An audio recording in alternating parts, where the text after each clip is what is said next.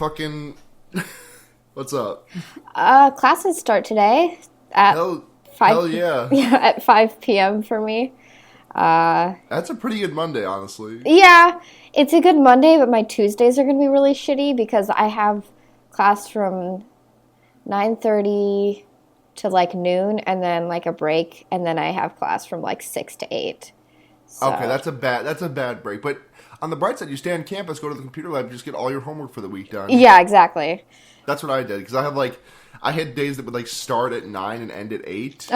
With a handful of 2-hour gaps there. So I just do my class, computer lab for 2 hours, class, computer lab, and then I was just like, I never got any work done. I just fucked around the computer for a long time, but I pretended to get work done. Yeah, I mean, yeah, I say I spend so much time in the library doing so much work, but the fact of the matter is I'm usually just watching YouTube videos of Let's Plays of video games I don't even give a shit about, you know? So, yeah, no, you're just watching 1,000 degree knives cut through an iPhone. Yeah, literally, yeah, exactly. That's completely what my recommendations on YouTube look like right now. My recommendations are all just video games. Just it's all, hey, watch this Hearthstone or watch this League of Legends highlight video. That's literally all that it is. Because I only that's all that I watch. Mm-hmm. Yeah, I mean... That and Let's Plays. And it's also hey, watch this, hey, you know how you're on episode 9 of that Let's Play? Here's episode 52. Watch this one. Oh my god. Yeah. Counting is not a strong part of YouTube's algorithm. No. It's okay, though. You know what? It's trying its best. It's trying its best. Mm-hmm.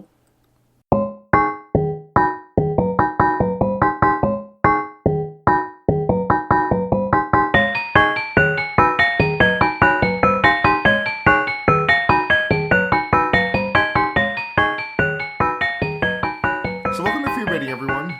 Yeah, welcome. It's everyone's favorite, unfortunately culturally relevant podcast. Yeah. Yeah. Not many podcasts can tout that, but no, we do proudly. Many podcasts are fortunately culturally relevant, but very few are unfortunately so. Yeah. Yeah. I'm Blair. I'm Luna. Yeah. What's up, everyone? Yeah. Let's see.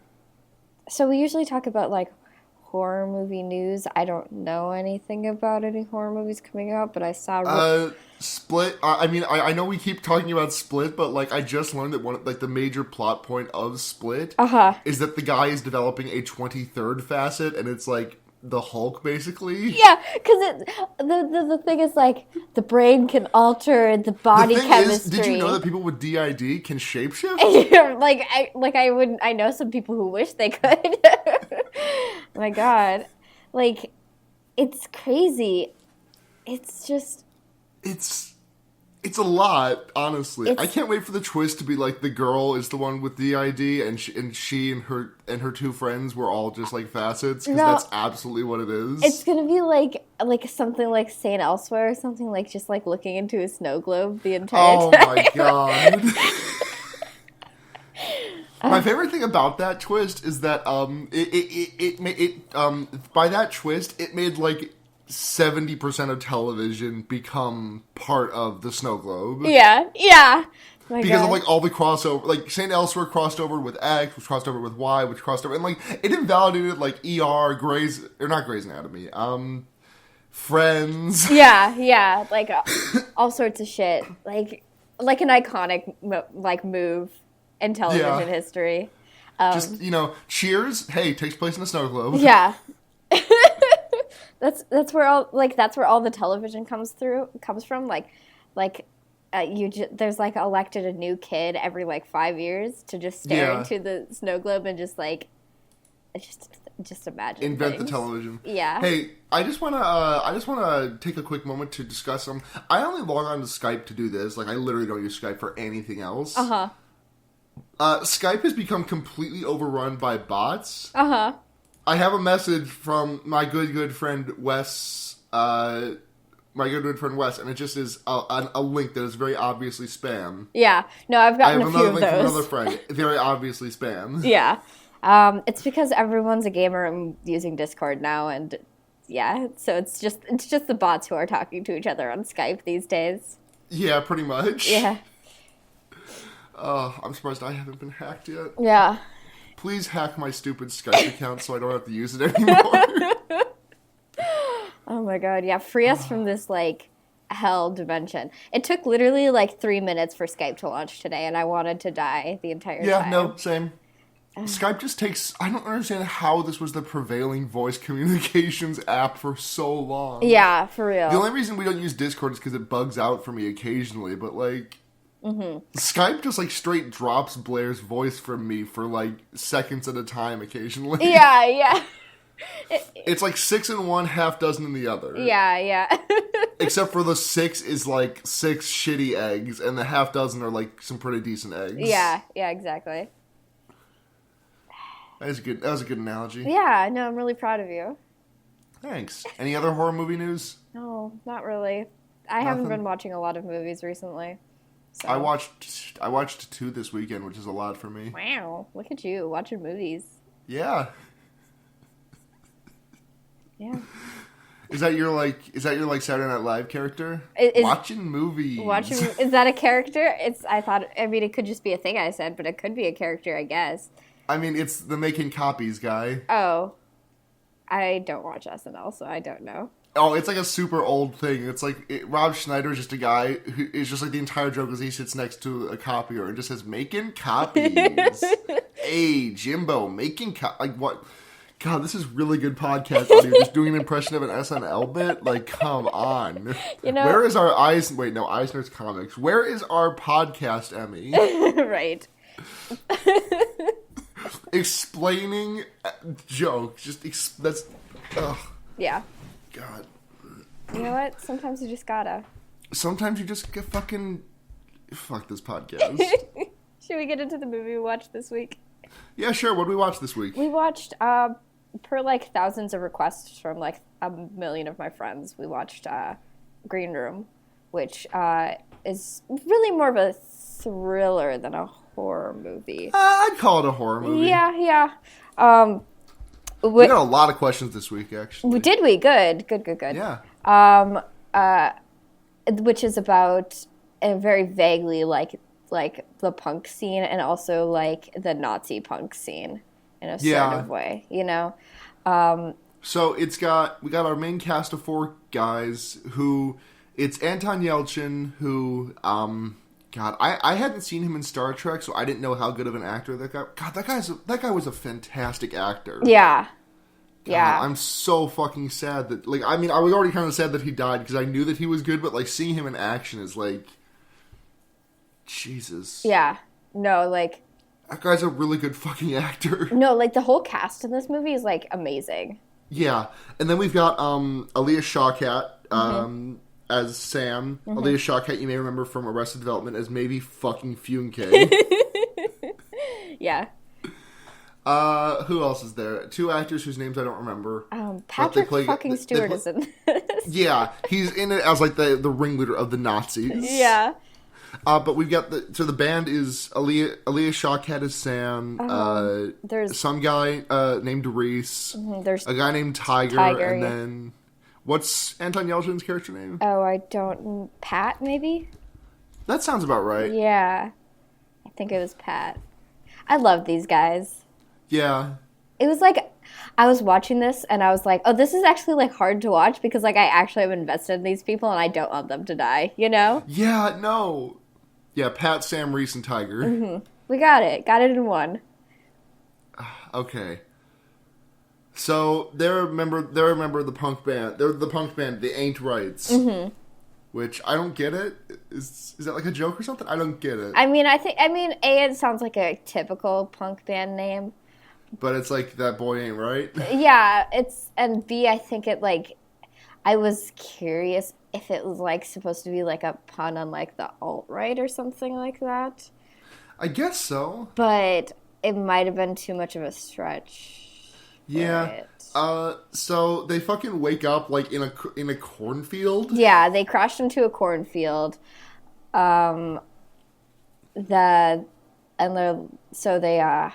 They go siphon some gas. Yeah, and is it really that easy to siphon gas? Like, I straight up don't know. I've never siphoned gas in my life.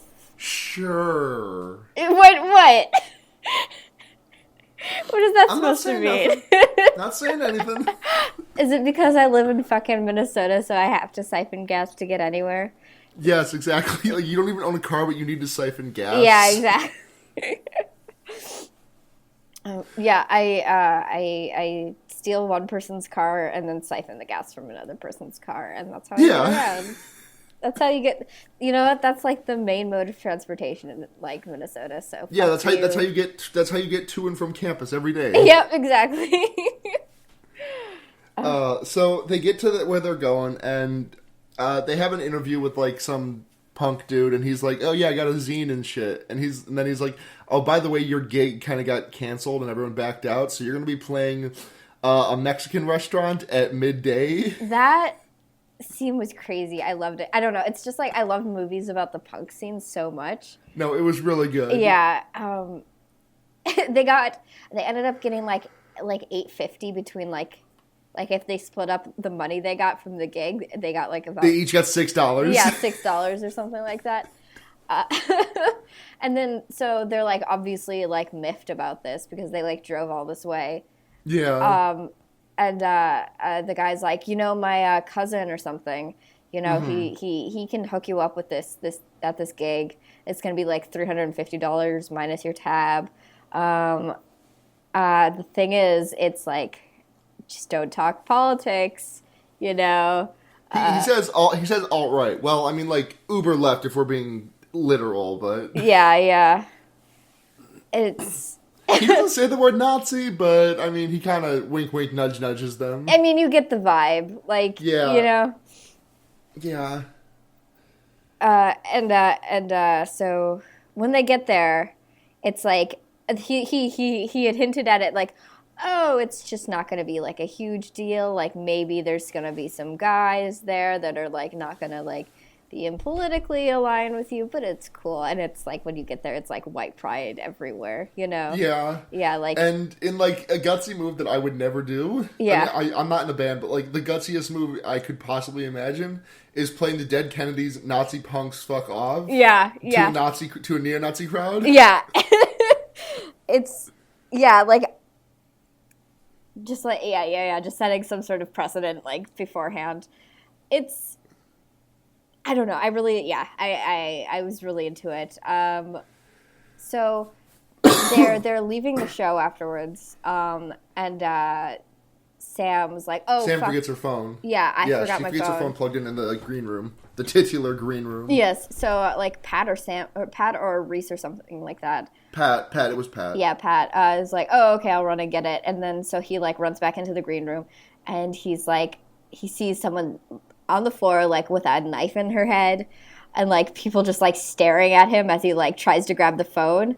And he's like, oh, fuck, someone just got stabbed, And he's like, oh, bye, I have to leave right now immediately. He starts calling the cops. He gets tackled, like, by people, like, trying to stop him from calling the cops. Mm-hmm. And they all get shoved back into the green room to, like, contain the situation. Yeah, they get stuck in there with the dead body, a blonde girl whose name is... Amber, yep. And a guy named Big Justin, who is large and named Justin. Yep. So... He also apparently is the voice of a couple of cartoon characters. Interesting. Like, hold on, I'm going to look this up real quick. Yeah, the guy's name is Eric Edelstein. Uh-huh. He plays Chad on the show Clarence, and he plays Grizz in We Bare Bears. Interesting. Yeah. I think that's cute. I like that. Because he's a big guy, so the fact that he does, like, cartoon voice acting is, like, extremely charming to me. Yeah. He was in Jurassic World, apparently, as well. Interesting. Anyways. Yeah. So, like, tensions are high, obviously. Yeah. And some guy is, like, takes the phone again. Like, some guy who works there. I don't remember his name, but he's, like, trying to remain, like, keep everyone calm about the situation, as if there isn't... It was Gabe. That's Gabe. Yeah, like, as if there's not a fucking dead body on the ground. And he's like, the cops call him back, and he's like, oh yeah, there's a stabbing. And then he hires two, like, 14-year-old skinheads to stab the other. Yeah, exactly. And I'm like, and he's like, oh, I'll give you the money later after you get out of jail. So, like, shady as fuck, you know? Mm-hmm. You're just gonna have to stab each other, but, like, believe you're gonna get the money for it. Yeah. Oh, God. Where does the plot go from here? It's So there's a lot of time spent in the green room. Oh, they overtake the bouncer, Big Justin. Yeah. Because Tiger, like, jumps at him and bites his shoulder. Yeah, like... that's his first instinct, to rush him and bite his shoulder. Yeah, that's why he's called Tiger. And then Percy, or Reese, not Percy? Who's Percy? It's your OC. Yeah, my green room OC. He was the sixth person in the green room. Yeah. He just never was on camera. No, he was the one holding the camera the whole time. Yeah. Exactly. All of this footage is diegetic entirely. Yeah, fully. Because Percy shot it. Oh my god. It's my headcanon, my HC. Yeah. Oh my gosh. Your green room fan fiction. Wow, okay. Yeah, that yawn was definitely audible. It's okay. You know what? It's just one of those days. Yeah. So they overtake the guard. They get his gun. Reese puts him in a chokehold for like 5 minutes, and he still doesn't pass out. So he does it for like 5 more minutes. Oh my gosh, yeah. And then they're like, how do we know that he's out? And then Amber just takes a box cutter and slices him open from like bottom to top of stomach. That was crazy. It was, yeah. I think Amber is like such an interesting character in this movie because she's like really. I kind of expected her to like go bad at some point, like to be evil. Yeah, because like she was in there, and I think it was like one of her friends who got killed, and like she like kind of just like gets rid of any alliance like at that point that she previously had with anyone there at the bar or like club or whatever. So I'm just kind of like sides with these like punks trying to like survive, you know? And she's ballsy as fuck, obviously, because she's just like, yeah, I'm just gonna gut this guy, no big deal, you know? Mm-hmm. Oh, wait, we missed an important part. We missed my favorite scene in the movie, probably, which is, the power gets cut. Yes. No, yeah, I love this. And Amber, like, and you know, this is when they have Big Justin held at gunpoint, and Amber just, like, calmly lights a cigarette, puts it in Big Justin's mouth, and tells whoever has the gun that if the cherry does anything you don't like, shoot. Yeah. Yeah, no, I love that. And then the power goes on like 2 seconds later, so it was pointless, but it was fucking cool. Yeah, no, it was like some great dialogue and like just like a really cool scene. Yeah, no, it was really good. And like while all this is happening, like people are like the Nazis or whatever are coordinating outside. Mm-hmm. And Darcy, who's played by Patrick Stewart, Darcy's like the leader of the Nazis, like we already said. Yeah. He's like, well, we're just gonna fucking kill them. Yeah, basically, because they like know too much, and we don't want that kind of reputation on our heads as Nazis. And I'm definitely going on a watch list because I had to Google a couple of things about Nazis for this. Because like, there's a part where Patrick Stewart, Darcy, tells Gabe to like round up some red laces, which I didn't know what that meant. Yeah. So I had to Google it. Mm-hmm. Yeah, I didn't really know what it meant either, but I assumed, oh, this is some Nazi thing. So I just kind of... Yeah, no. Red laces is something that Nazis get when they shed blood for the movement. Oh, sure. So, like, it's for he only wanted the die-hardest Nazi fans. Yeah. That makes sense. And we are saying Nazi a lot. This is going to get us put on a watch list. I mean, it's relevant to what we were watching.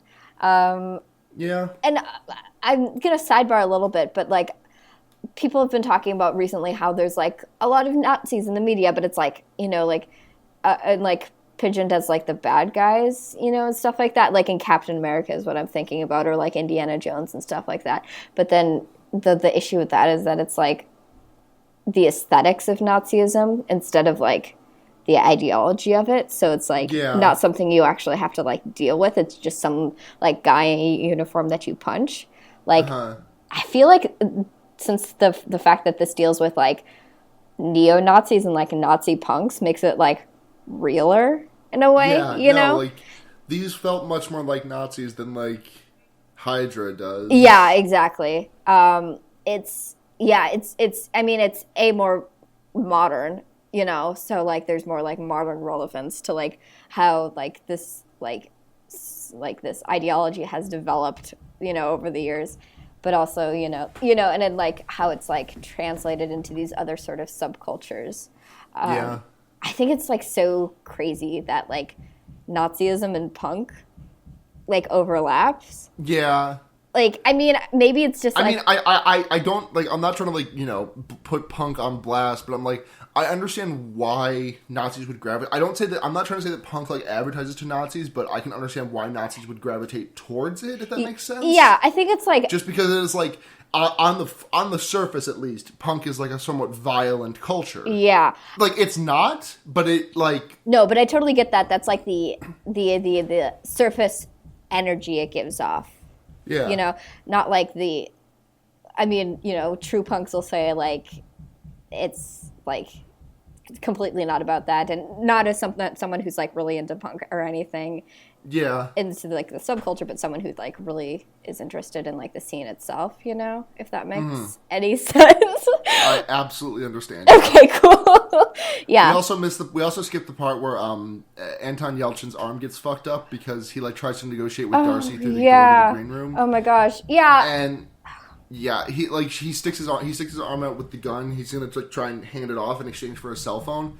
And then there are like three guys with red laces who just like kind of slash the fuck out of his arm and like break it and shit. Like it was like weirdly like malformed and stuff.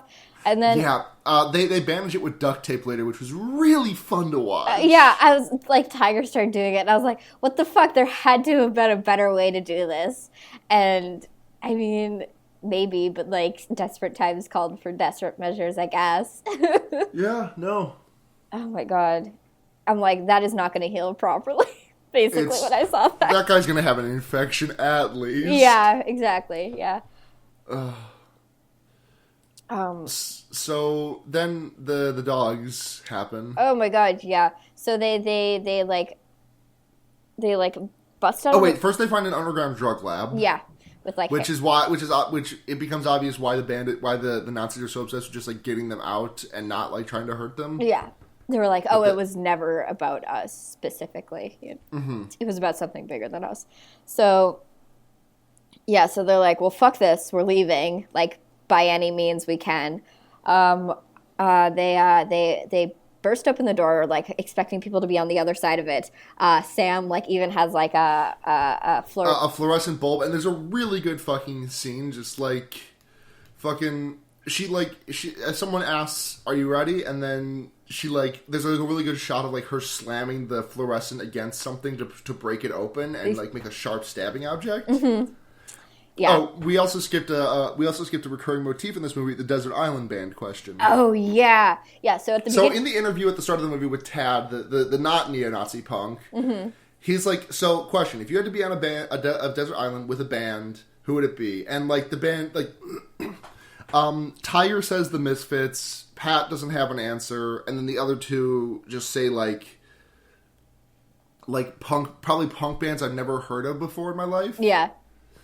And then at this scene, before they go outside, like, they're just, like, doing, like, a last confessions, and, like, Sam is just like, fuck it, it's Simon and Garfunkel. Yeah. And Reese is like, Prince. Tiger's like, oh, it's still the Misfits. And then everyone looks to Pat, and he's just like, I mean, fucking... Yeah, and then, Amber says, like, Madonna and Slayer or something like that. And I was like, that rules, like, a lot. That does rule.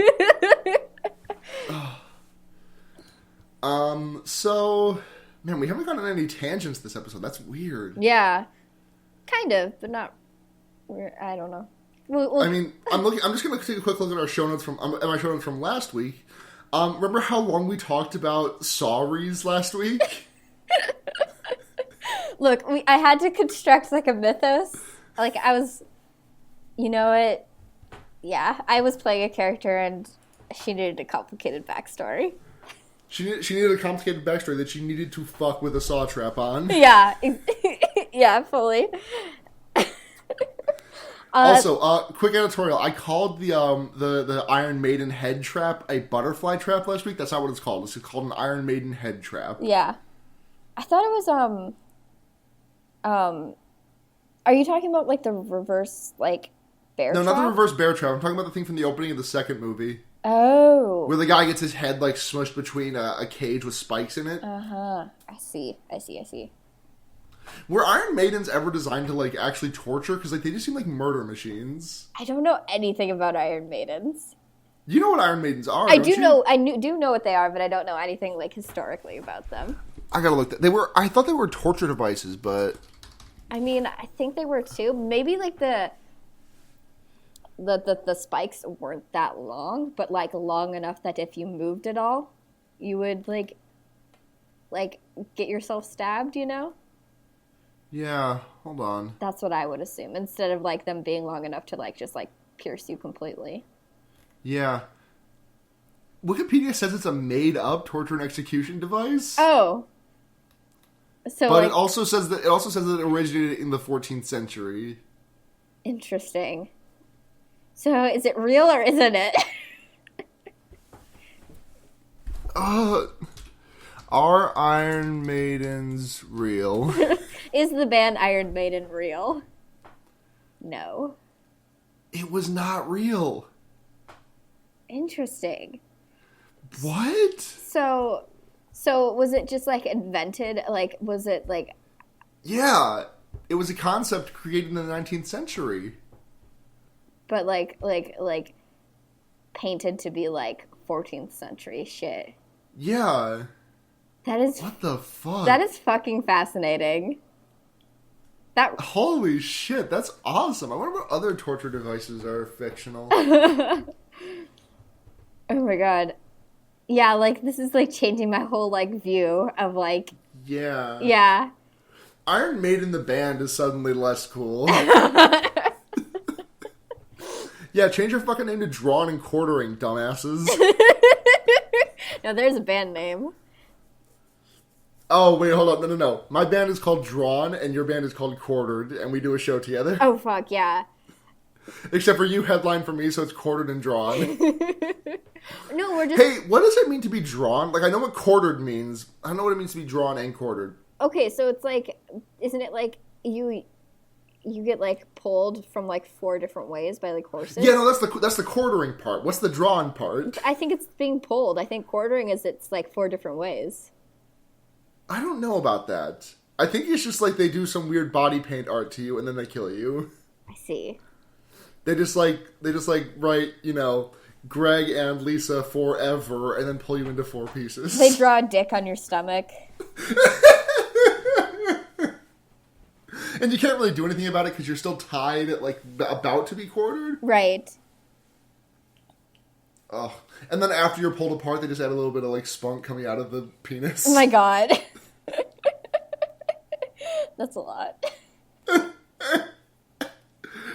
Oh. God. You know, I imagine, like, do you think there's, like, do you think there was, like, a wishbone-like aspect to the legs of drawing and quartering?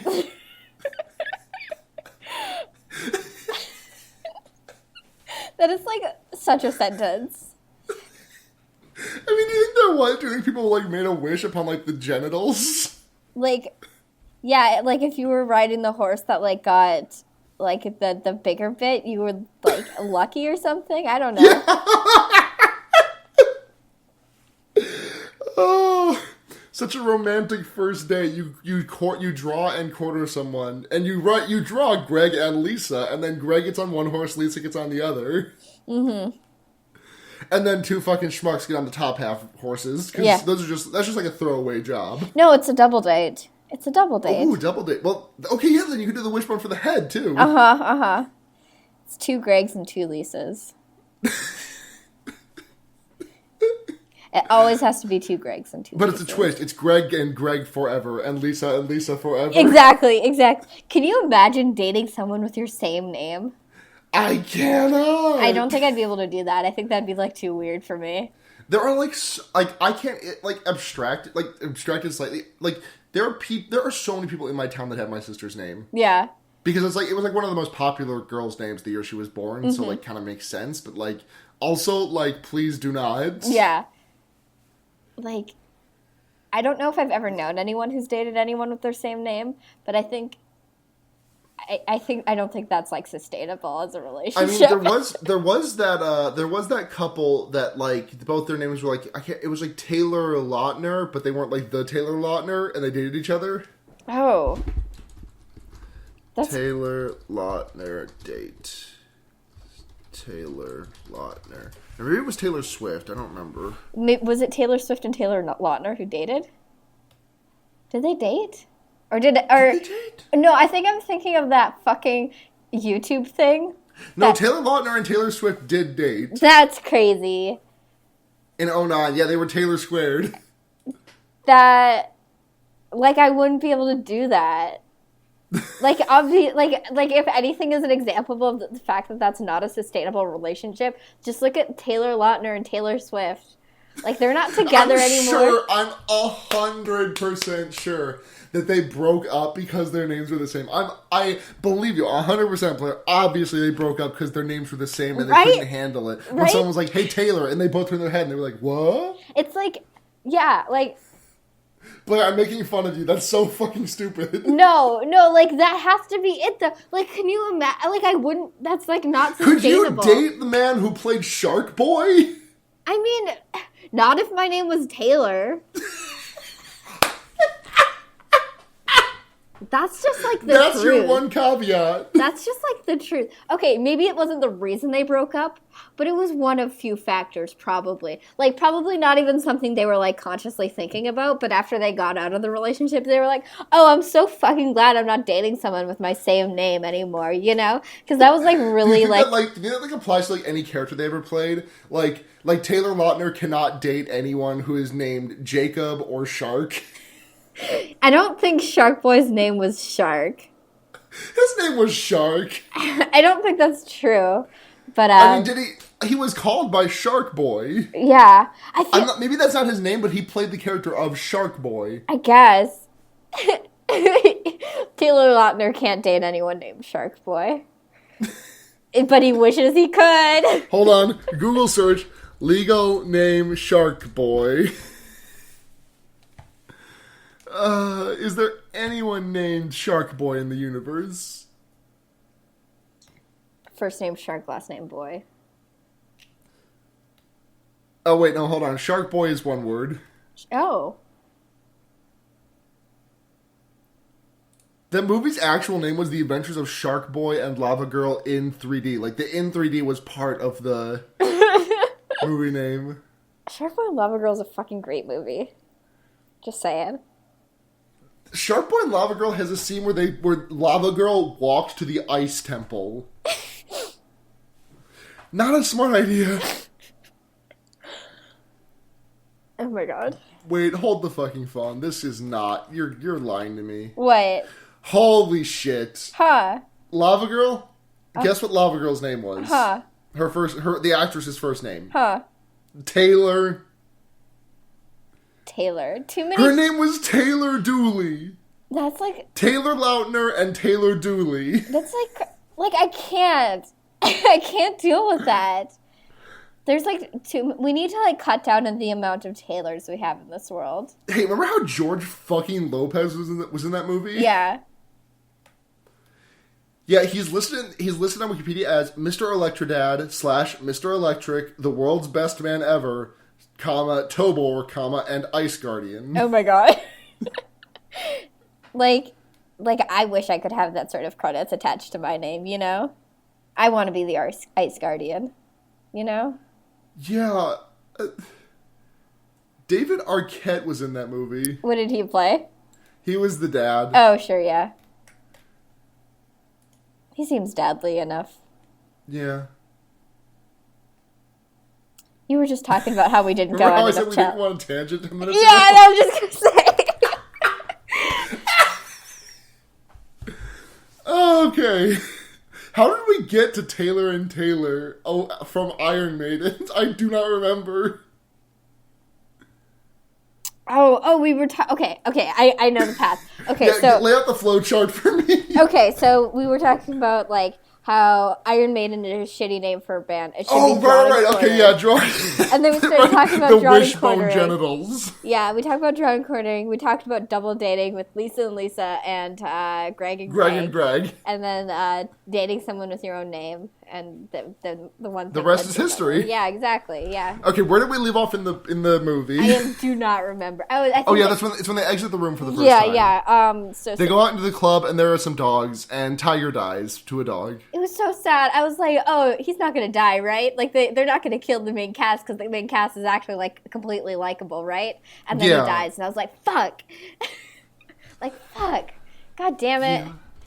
Yeah. And then, Reese, like, tries to get out. Yeah. And then he gets, like, beat to death. He tries to, like, go out a window after the dogs attack, and he gets snagged by, like, some red lace Nazi. Yeah. And then, like, it's, like, beat to death or something like that, or shot or something. I don't fully remember. It sucks that Doc Martens are like a Nazi thing because I looked at Doc Martens before they knew they were a Nazi thing and I was like, damn, those are some nice shoes. Then I found out they were a Nazi thing and I'm like, fuck, I can't ever buy those. I mean, I know plenty of like non-Nazis who wear them. I think they're just. I'd feel weird. Like I don't assume anyone who has Doc Martens is a Nazi, but like I'd feel weird wearing them. I guess, yeah. I just kind of always assumed they were just like a punk thing, you know. No, it's an absolute Nazi thing. Interesting. Let's reclaim Doc Martens because they're nice boots. Yeah. So they scare away the dogs by throwing a microphone on top of a speaker and giving it feedback. Yeah. Then they like go back into the green room because they're like, oh, this sucks. We didn't do very well at all. You know. Yeah. I don't remember exactly what happens next, but then they try to. Oh, they go back to the green room, and Daniel gets sent in. Daniel, the cousin of Tad. Oh yeah. Hey. And he comes in and he's like, "You killed my girlfriend, Emily, who is the dead person." Yeah. And he's like, "I'm gonna fucking kill you." And they're like, "Wait, no, fucking the Nazis killed him." Mm-hmm. What the fuck? And then Daniel's like, "Oh, well, I mean, that probably sounds more accurate than just some random punk band coming in and killing my girlfriend." Yeah. So, I'm with you guys. And then they go out to the bar. They go out to the club and they're like skulking around. And they pour. Aaliyah Shawkat takes a drink and like she starts taking this. I love this reaction from her because like she downs the shot and in between her starting to take the shot and finishing the shot. Mm-hmm. Daniel takes a shotgun blast to the face and is missing half of his face. Yeah. So she's like tilting it back and just like slams it down. Like, what? Yeah. And it turns out the bartender from earlier was still in the fucking building and he blew his face off with a shotgun. Yeah, it's. And then they overpower him. Yeah. Kill him and steal his shotgun. Mm-hmm. And then they try to run outside, I think. Yep, and then there are more dogs. Yep, and Sam, like, gets tackled by a dog, and, like, she tries to shoot the dog because it's, like, gonna attack her, obviously. And she misses. Yeah, and then she misses, and then they just, like, run back inside and run back into the green room. Like, Yep. Yeah, no, that's... I just said yeah. Yeah. Like, just Pat and Amber at this point, like down to the last of them. And then we have, like, a long cutaway where it's, like, the, like, Nazis planning. I wasn't really paying as much attention during these parts because they weren't as interesting because it's, like, let's just be, like, super racist. And I'm like, okay. So now it's just down to Amber and Pat, right? Yeah. And so they, like, start plotting. Oh, no, I missed something earlier. Reese is just stabbed to death by a skinhead when he tries to go out the window. Oh, sure, yeah. I didn't realize that. I thought he was just, like, taken. I didn't realize he was actually stabbed. No, yeah, he's totally dead. He's like... I thought he was killed later when they were, like, setting up the crime scene. Huh. No, he's fully dead. Huh. But they don't know that. They just know that he tried to go out the window and they don't know where he is. Yeah. So they don't find out that he's dead until later. Yeah, though they probably assume, I think. Yeah, I mean, they don't know, though, and they're worried about their friend. Yeah, exactly.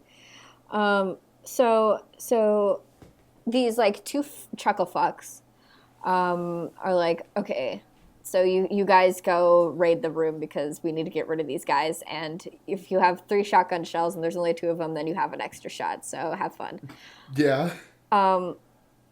So they shave Pat's head. They paint each other's faces with like black paint.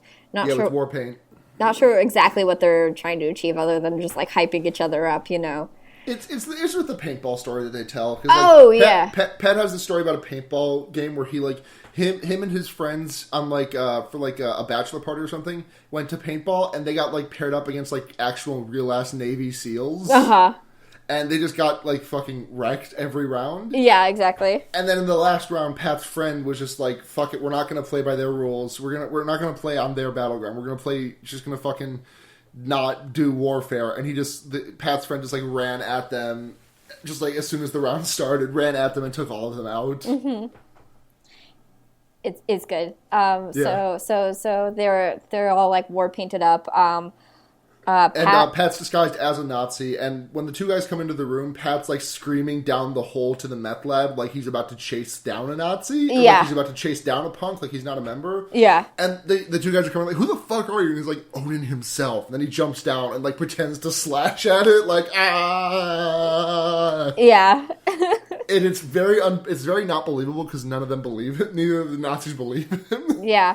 But like enough to catch them off guard, I guess. Yeah. So he's just like sitting there in the basement, like screaming, like waiting for them to come down and like chase after him. And they're like, okay, this is like a trap, obviously. Yeah. You know? But they send one down, one stays up there.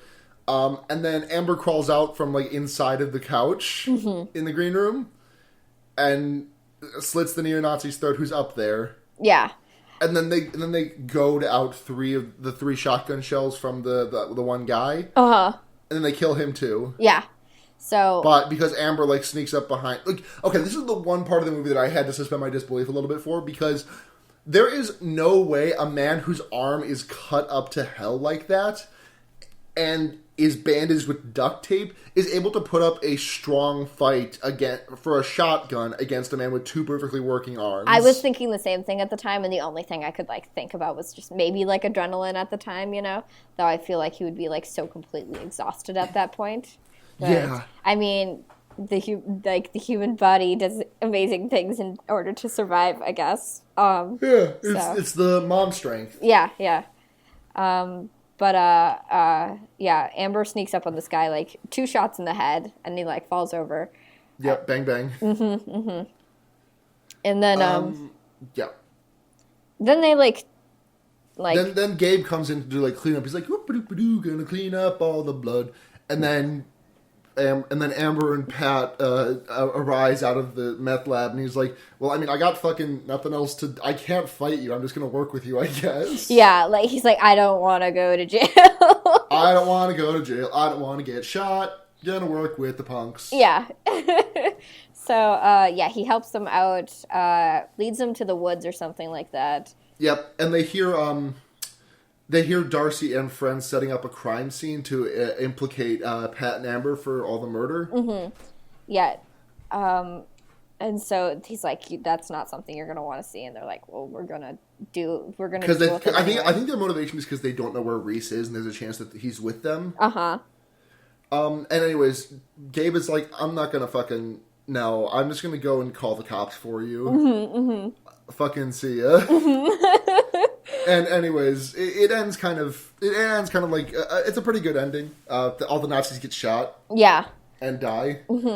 I like the Patrick Stewart death like the most, I think, because he's like casually like he plays this very cool character, like very collected and calm in the entire time, like very much so, like never losing his temper, and he casually walks away from the scene and like keeps walking away even after he gets shot, and then like starts turning around as he gets like shot in the head and like manages to fire off, still being like trying to be completely calm about the situation, even though he literally has like 3 like bullets in him and 1 in his brain and is going to die.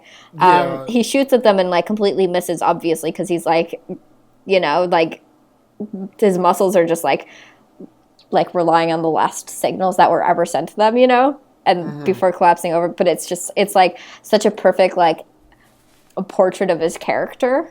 Yeah, before we get to the end of the movie, I want to backtrack a little bit because I just remembered this really good note I had when Daniel gets shot in the face at the bar. Uh-huh.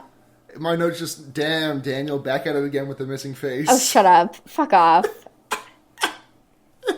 Okay, anyways, so Pat and Amber are just, like, fucking out of everything.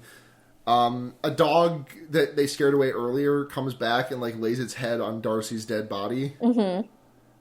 And Pat's like, I thought of my Desert Island Band, and Amber's just like, tell it to someone who fucking cares. Yeah. And then that's the end. That's the last line of the movie. Yeah. I really, really, really enjoyed this movie. I'm so glad it was, like, recommended to me and I got to watch it. It's really good. Because I just wish I'd been able to see it in theaters. The really cool thing about this movie is that, like, when I started watching it, I'm like, when was the last time I saw a horror movie that was, like, shot really well? Because the cinematography in this movie is fucking beautiful. Like, yeah, it's got like the cinematography, or like the color editing as well. Like, yes. it like fits the name of the movie obviously because, like, you know, it's got like a Matrix or the original CSI look where everything's like tinted kind of green. Yeah. But like it looks really good. Yeah. But the thing is, everything but the green room itself is tinted green. Mm-hmm. The green room itself is like a really like warm orange, like a kind of like almost a safe zone. Yeah. Yeah. I don't know. It just looks amazing, and it was extremely well acted. And yeah, no, Anton Yelchin is, God, I really wish that guy hadn't died. Yeah. Yeah. God. Yeah. So not my recommendation this week, but I also recommend watching it. If you are, like, able to handle, like, there's a lot of gratuitous violence in this. Yeah. So, like, keep that in mind if you want to watch it. But, like, if you can, like, I mean, above and beyond being, like, a thriller or horror movie or anything like that, it's just a good movie with, like, good writing, good actors, and, like, extremely well shot. So, yeah. Yeah. So on a scale of 0 to 5, Nazi dogs? Sure. On a scale of 0 to 5 Nazi dogs, how many Nazi dogs do you give this movie? I'm going to give this pretty high. I'm probably like a 4.5. I'm going full 5 on this, honestly. Yeah. Yeah, there was, like, I don't know why I'm not, like, committed to a full 5. I don't know if it earned it as much, but it was still extremely good. I still really liked it. Yeah. Yeah. Hit me up later for, like, a constructed, like, reason, like, why I don't feel that, but, you know, anyway. Yeah. I mean, just, like, honestly, it's small things that really push this over the edge for me. Just, like, you know, the Nazi punks fuck off thing. Yeah. Like, the little line right before they say it where Sam tells Tiger, like, hey, if you really want to fuck with them, tell them you're Jewish. Yeah. Playing the punk music in, like, the Mexican restaurant at 3 p.m. Yeah, yeah. It was, I loved it. Yeah, like that, and there's a small detail in there where, like, some guy on his phone was filming them playing a Mexican restaurant, like, not the guy, like, who was, like, part of the, like, setting up the gig. So that was, it was just really good. It was extremely good. All right, so we got a bunch of questions this week. If you want to ask us any questions, at fearbaiting on Twitter, fearbaiting.tumblr.com, or fearbaiting@gmail.com. Mm-hmm. So 3 of them are from Tumblr user Matt Tremampoline. Mm-hmm.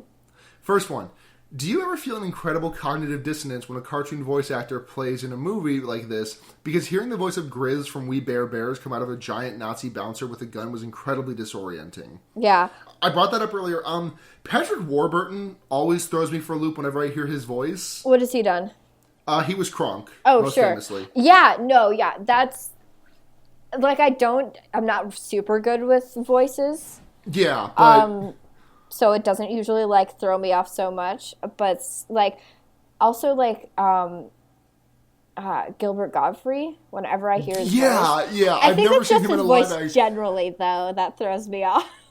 Yeah, I couldn't imagine that guy just saying, like, a serious line. Yeah. Hey, give me your best Gilbert Gottfried impression, by the way. There's no way. Way. I'll do mine if you do yours. I can't. No, like, I don't know if my, like, voice and, like, body can, like, create those noises with my, like... You're a coward. Yeah, I'll admit You're a coward and a fraud. Next question from Tumblr user Matt Tremampoline. Another one. Do you feel like Anton Yelchin is selling his fear and disorientation better than any person in any fucking horror movie ever ever in this. I he mean, was a goddamn tour de force, and also Patrick Stewart was terrifying. Yeah, like he definitely gave one hell of a performance in this movie. Yeah, like Jesus. Like, I mean, it was like just like the completely believable and like really immersive. Yeah, like you didn't really absolutely. ever think about the fact that he was acting. The only thing that took me out of the immersion of this was honestly just the fact that Aaliyah Shawkat was in this. Yeah, like her face is just irreparably tied to Maeby Funke. I cannot think of her as anything other than that. No, yeah, I totally get but, that. I lost it. I forgot. Like, I knew that Darcy was Patrick Stewart, but like I wasn't seeing Patrick Stewart because I mean that guy's a phenomenal actor, obviously. But like, damn. Yeah. Third and final question from Tumblr user Matt Trampoline: were the attack dogs still good dogs? I mean, they were just like doing their best, and like like I mean, dogs don't really have like a moral code so much. Like not like the like extremely complex and nuanced and like subjective moral code that like human beings have, you know? Yeah. So like, you know. Yeah. So yes, they were good dogs, but they were, yes, objectively maybe not, but like I still loved them. Yeah. At the end of the day, I would still probably pet them. Yeah. After their Nazi owners were gone, of course. Yeah, exactly. But and fourth question from Tumblr user Cradlejack: one of the best and scariest aspects of this movie was the humanizing and empathetic portrayals of the Nazis, in particular Gabe and Darcy, while maintaining their threat. Also, thanks for making me cry over a Nazi's attack dog. But there is a danger in this kind of work and world of normalizing as well as humanizing Nazis. Where do you think the line, if there is a clear one, is between an empathetic and a sympathetic character study, especially with such horrendous characters? I think... This is, by the way, I just want to say, this is a far smarter question than we're used to answering. Yeah, and I... Like, not to you know, besmirch the intelligence of our friends, but, like, this is just, like, some really smart, like, shit that we're talking about here now. Yeah. I think this movie does a good job. Because I think so, too. I think this movie does a really good job of, like... I think a danger of portrayals of Nazis is just making them so abject. I mean, Nazis are abjectly evil, don't get me wrong, but making them so abjectly evil that they are far removed from the idea of them also being human at the same time. Yeah, like... I don't think Nazis deserve to be treated well or anything, but if we get too far the idea of them being a human, it's too easy to say, oh, that's inhumane. No human would ever do that, and it's such an easy way to distance, like, ourselves from that idea. And if we make them too, like comedically villain-esque, like, they don't seem real. You know? Yeah. So, and this movie does a really good job of them seeming real. Like, there's, like, interesting character moments where, like, Patrick Stewart is just, like after the power goes out and they bring it back on with a generator, Patrick Stewart comes on stage and is like, well, we're going to reschedule this for tomorrow, no cover charge, and drinks on the house. Mm-hmm. And remember, this is a movement, not a party. Yeah. And it's just, like, it's humanizing, not in, like, a good way, in a very, very...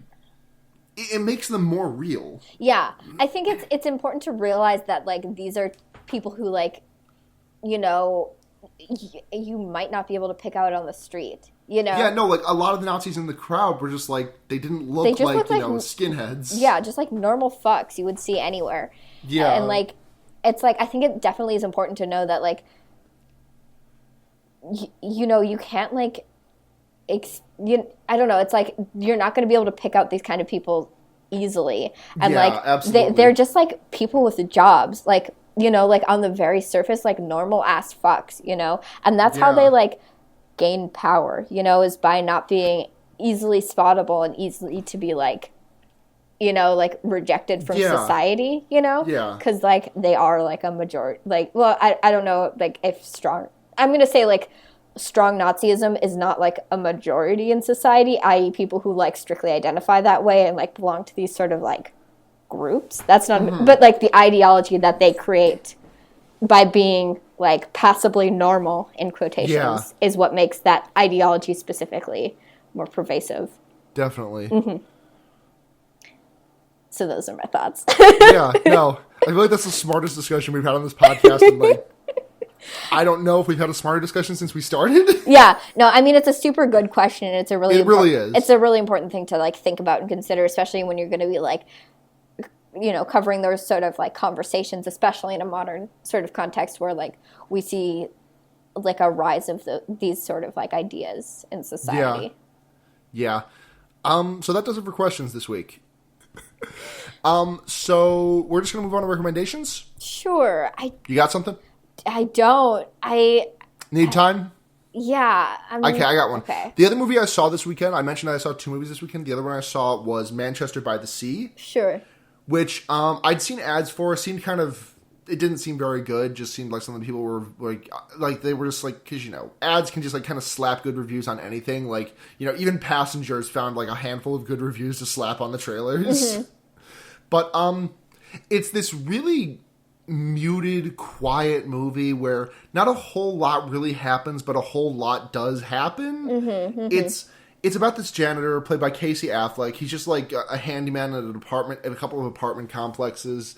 And his brother, this isn't a spoiler because it happens in like the first 5 minutes, and I'm pretty sure it happens in the trailers too. Mm-hmm. His brother suddenly passes away, and his brother's kid is kind of like left in his charge. And it sounds like it does sound kind of like a stock standard pitch a little bit. Mm-hmm. But there's something different about it. Casey Affleck turns in it's one of the best performances I've seen that came out last year. Like, it's just an absolutely phenomenal performance by Affleck. Like, it is so subtle and muted and quiet, and there's something that is just plaguing him that he can't stop thinking about. He just, like, is trying to keep himself away from it's so fucking good. Mm-hmm. And it's like, all it is 2 hours of people talking and driving and talking and driving and making funeral arrangements and talking, and that's all that it is, and it's so good. There's a couple of scenes in it that have just been haunting me. I have not been able to stop thinking about them since I saw them 2 days ago. Mm-hmm. It's a really good movie, and I recommend it highly. Nice. Yeah, I've heard of it, but I've not seen it at all. So you should watch it. I think you would honestly like it. Cool. I will give it a shot whenever I have time to. My recommendation is something I don't think I've recommended on this podcast, but I can't remember. Oh, No Ross and Carrie, which is a podcast I listen to. It's like a monthly podcast. I do have my own criticisms of this show, but it's still, like, super interesting for me. What they do is basically, like, investigate, like, fringe sciences, like paranormal claims, like cultish religions and stuff like that. They did a whole Scientology series, which was interesting. I thought the more interesting stuff they did with that, it was like interviewing people who were like actually like in Scientology. Definitely think my favorite series they've done was the one with Mormonism. That was really fascinating. My qualms with it would probably be that they like kind of have this elitist atheist kind of view, which is like a little annoying, but I feel like it's not like super disrespectful. It's just kind of pretentious in a way. Yeah. But the things they talk about are like extremely interesting, so I would recommend it regardless of that. Yeah, no, definitely. Mm-hmm. Sorry, I went quiet there. There was a post I was looking at. Because the content is more important than podcasting. Absolutely. There's been Magic the Gathering has banned a card in standards for the first time in like years. Oh my god. The drama. Listen, shut the fuck up and don't make fun of me about this. No, my brother is really into Magic the Gathering, so okay, this is going to be a stupid little tangent, but the last time, because there's like multiple formats in Magic, and the most played one is Standard, and the last time the format got so bad that they had to ban it was when the entire format was like one deck. Like, everyone was playing a single deck and no one was playing anything else. Mm-hmm. And they banned 2 cards. Now they have banned 3 currently, and it's so... I'm sorry. No, it's like the culture of Magic the Gathering. My second semester last year, I think, I was in a class with someone who wrote a paper on like the culture of Magic the Gathering, mm-hmm. and stuff like that, and like the stylistic like it was just very interesting about like mats and stuff like that. I don't know. It was cool. Yeah, but the thing is, like, for the past, like, every 3 months there's a banned and restricted announcement. Restricted being because there's another format where there's no ban list, but there's a restricted list where you can only play one of each card as opposed to 4. But for the past 3 banned and restricted announcements, it's been just nothing. Like, they have to publish it every 3 months, but it's just like no changes to any format. And like the person who I saw post this was like, this is a lot. They said this is a lot to digest. And I'm just like, did they just say nothing again? And then I'm like, what the fuck? Interesting. Okay. Anyways. Anyway, this has been fear baiting. Sorry. No, it's cool. It's cool. This has been fear baiting. I'm Luna. I'm Blair. And just remember, everyone, you can put a fucked up guy anywhere. Good night. Good night.